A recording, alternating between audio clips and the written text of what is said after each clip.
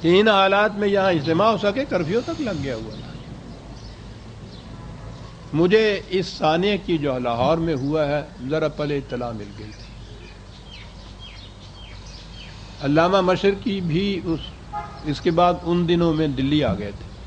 میں پہلے ان سے ملا اور ان سے ساری باتیں ہوئی، وہ تو الگ قصہ ہے۔ بھاگم بھاگ 10 اورنگزیب روڈ پر قائد اعظم کے دولت قلعے پہ حاضر ہوا کہ ان کو بھی میں پڑھ دوں۔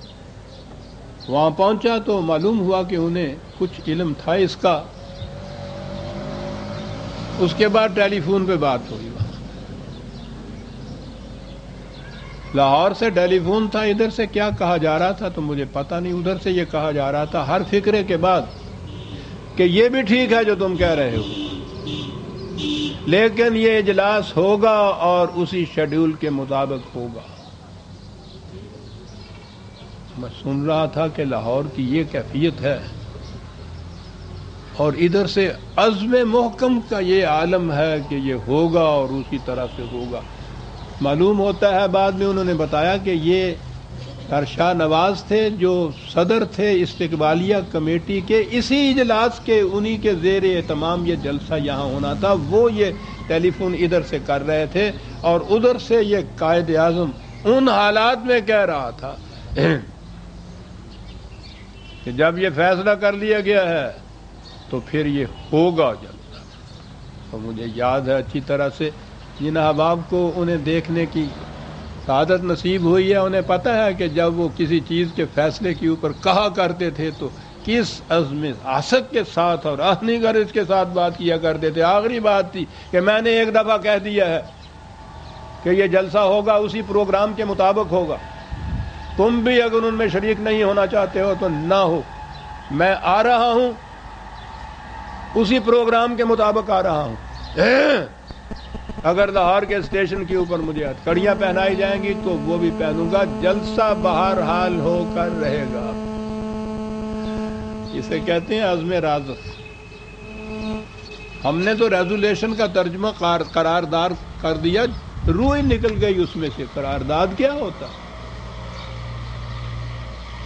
ریزولیشن تو انگریزی جاننے والے احباب جانتے ہیں، خود اس کے معنی ہی عزم رازق کے ہیں۔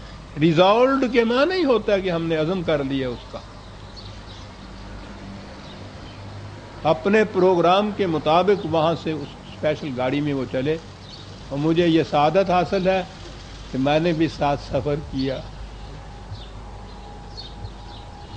لاہور آئے ہیں تو یہاں واقعی سارا لاہور ماتم قدا تھا، اجڑا ہوا لاہور، برباد لاہور، سوائے آہو فغاں کے کوئی آواز کان میں نہیں آتی تھی، ایک شخص موجود نہیں تھا کسی جگہ بھی، کرفیو لگا ہوا تھا۔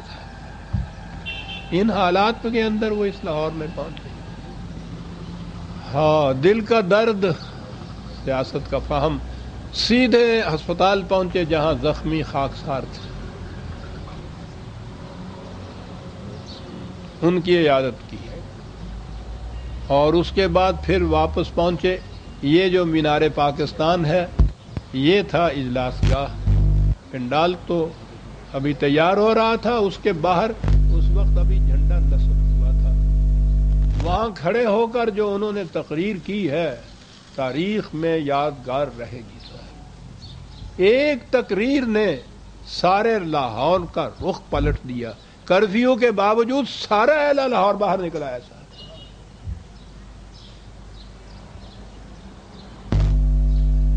شام تک وہاں اس پنڈال میں ایک شہر بس رہا تھا۔ اس پنڈال کے باہر ایک خیمے میں طلوع اسلام کا بھی تھا، اور اس کے بعد پھر جو اجلاس ہوا ہے اس زمانے کے حساب سے بھی کم از کم کوئی 1 لاکھ افراد اس میں موجود تھے۔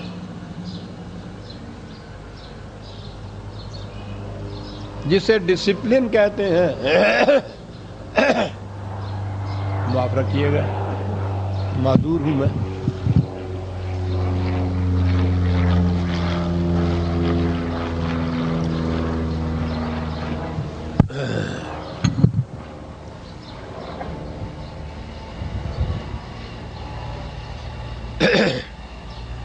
قائد اعظم اس زمانے میں ابھی اردو کے کوئی 2-4 لفظ ہی زیادہ سے زیادہ انہوں نے سیکھے ہوں گے، اور وہ ان کا فکرہ تو دیر تک وہ زبادت خلائق رہا ایک لطیفے کے طور پر.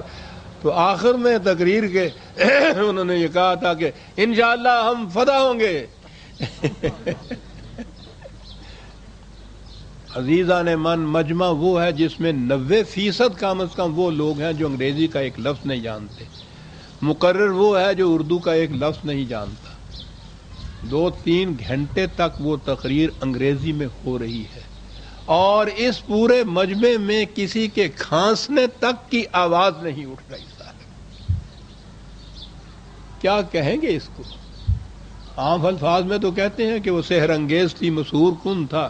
یہ سحر کیا تھا اس کے پاس؟ صرف اس کے کردار کی جگمگاتی ہوئی شمع تھی لوگوں کے سامنے، اس کی پاکیزگی سیرت تھی لوگوں کے سامنے. اتنا بڑا اعتماد ہے کہ ایک لفظ سمجھ میں نہیں آ رہا، 2-3 گھنٹے وہ پورا لاکھ کا مجمع بیٹھا ہوا ناٹے میں سن رہا ہے. اس کے بعد ضرورت پیش آئی، ہم نے یہ سجیسٹ کیا کہ ان لوگوں کو کچھ تو اس کا ترجمہ تو نہیں، کچھ ملخص ہی سنا دیا جائے. حیدرآباد کے نواب صاحب کا تو آپ کو معلوم ہی ہے نا، کیا بات تھی ان کی طلاقت زبان اور فصیح البیان کی. نواب بہادر یار جنگ، زبان پہ بار خدایا یہ کس کا نام آیا. عظیم ممتاز شخصیتیں تھیں یہ. انہوں نے اس کے بعد پھر اس کا ملخص جو بیان کیا ہے تو وہ ایک دنیا ہی الگ ہو گئی تھی. واقعی اس دن یقین آ گیا تھا کہ یہ جس عزم کا اظہار کیا ہے وہ وقت تو لگ جائے گا، لیکن عملی پیکر اختیار کیے بغیر رہ نہیں سکتا.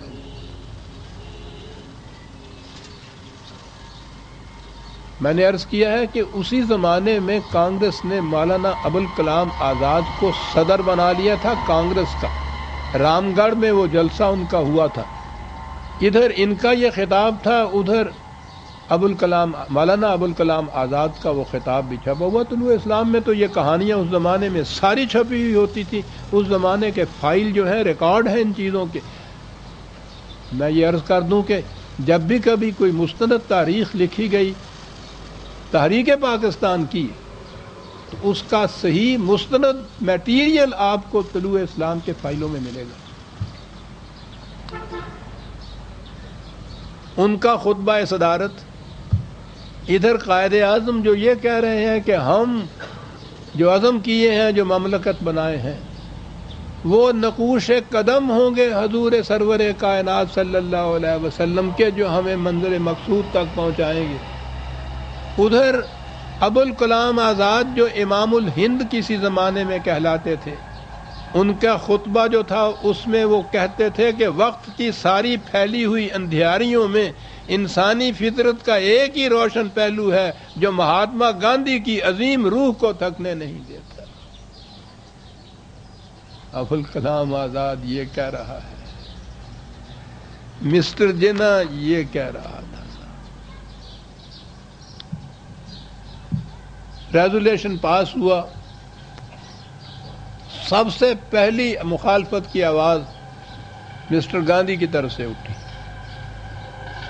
کہا یہ کہ میں مسلمانان ہند کو متنبع کرنا چاہتا ہوں کہ جناح جس راستے کی طرف لے جا رہا ہے وہ اسلام کا راستہ نہیں، کفر کا راستہ ہے. گاندھی ہمیں بتا رہا ہے کہ یہ راستہ کفر کا ہے. تمام علماء حضرات ان کے ساتھ ہیں. یہ کفر کا راستہ. مسلمانوں میں مختلف صوبوں کے اندر جو نمائندے تھے کانگریس کے مسلمان، خان بہادر اعلی بخش مرحوم، اس نے کہا کہ یہ اسکیم آزادی ہند کے راستے میں روڑے اٹکاتی. سرحد سے عبد الرحمان سرحدی نے کہا کہ یہ ہندوستان میں برطانوی تسلط قائم رکھنے کا ذریعہ ہے. یو پی کے مولانا حفظ الرحمان سیہاروی نے فرمایا کہ اس سے برطانوی حکومت قائم رہے گی. آر آر کے لیڈر